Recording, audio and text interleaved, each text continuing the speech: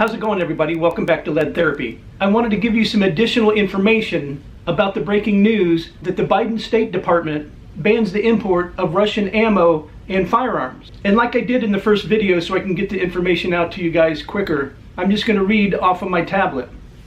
As I mentioned in the first video, the State Department announced today further sanctions on Russia, which include the denial of all pending and future import permits for firearms manufactured in Russia. And this is according to state.gov. New sanctions imposed today under the CBW Act include restrictions on the permanent imports of certain Russian firearms, new and pending permit applications for the permanent importation of firearms and ammunition manufactured or located in Russia will be subject to a policy of denial.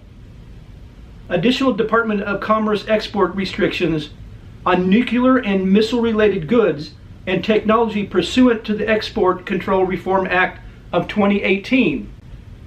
These sanctions also include a continuation of measures imposed on March 2nd, 2021, as well as in 2018 and 2019 in response to the poisoning of Sergei Skripal and his daughter, along with waivers associated with these sanctions. Next is the duration and conditions for removal.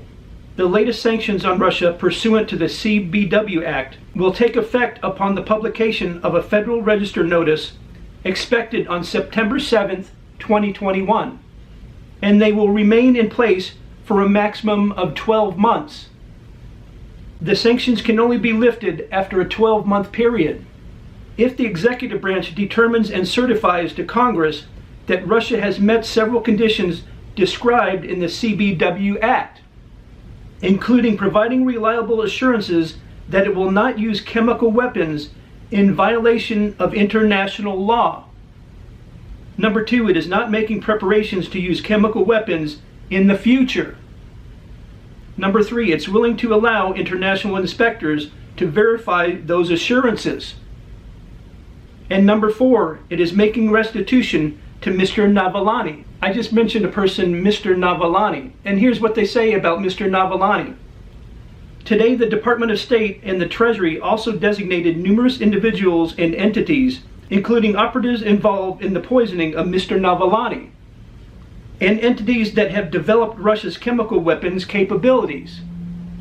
Together with the measures imposed under the CBW Act, these actions send a clear message that there will be accountability for the use of chemical weapons. There is a lot more information given after that, paragraph upon paragraph, and all of that has to do with all of the individuals that they have identified that took part in the poisoning of Mr. Navalny. Thank you guys so very much for your support, and let me know your thoughts in the comments section down below.